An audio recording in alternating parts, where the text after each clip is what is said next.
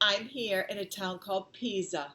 I know it sounds like pizza and it's making me hungry because I haven't had dinner yet. I'm standing here beside no other than the Leaning Tower of Pisa. This amazing structure was built as a bell tower behind the Pisa Cathedral. It's called the Tower of Pisa, but for obvious reasons, it's better known as the Leaning Tower of Pisa. Bell towers like these were erected for the main purpose of letting town people know when there's going to be a special event at the cathedral or in their community. Back in August of 1173, when they started construction of this tower, they didn't intend to get the results they did.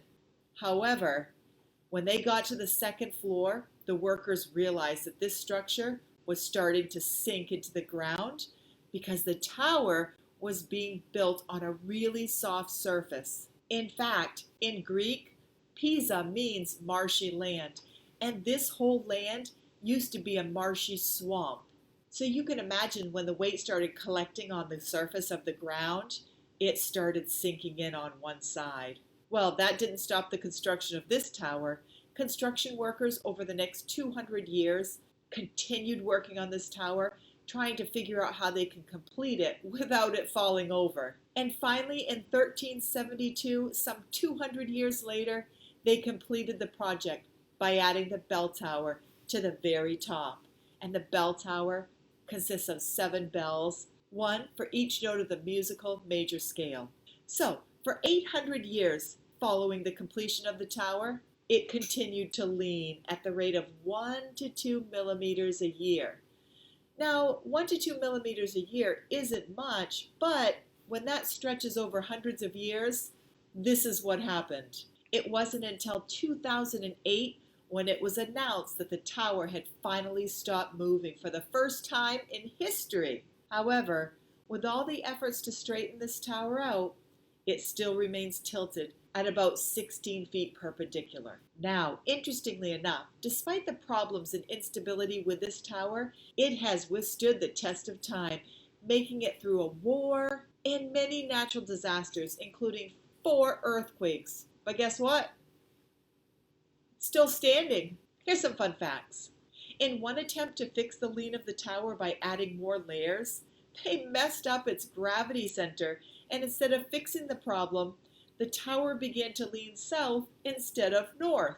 And during World War II, when American troops arrived here, they were ordered to destroy all structures that could serve as hiding places for the enemy, and this tower was one of them.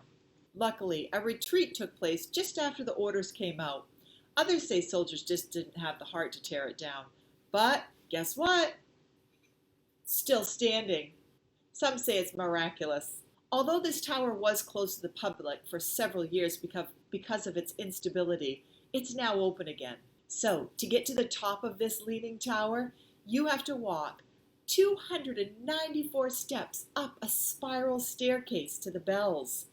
And although the bells haven't rung since the last century, because experts felt the vibration could cause the tower to become more unstable, I'm still going to take the 294-step adventure all the way to the top.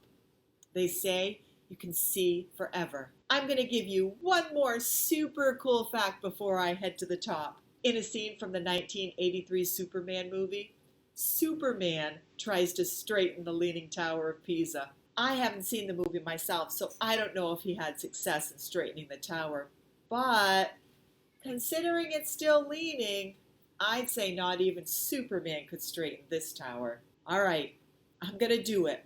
Super duper leg workout today. I'm going to climb the 294 steps to the top of this tower. I'll give you some pictures from the top. I hope you have a great day. So glad you tuned in to my Leaning Tower of Pisa trip in Italy. I'm going to take the 294 steps all the way to the top to see those bells. All right, see you next time from somewhere in the world.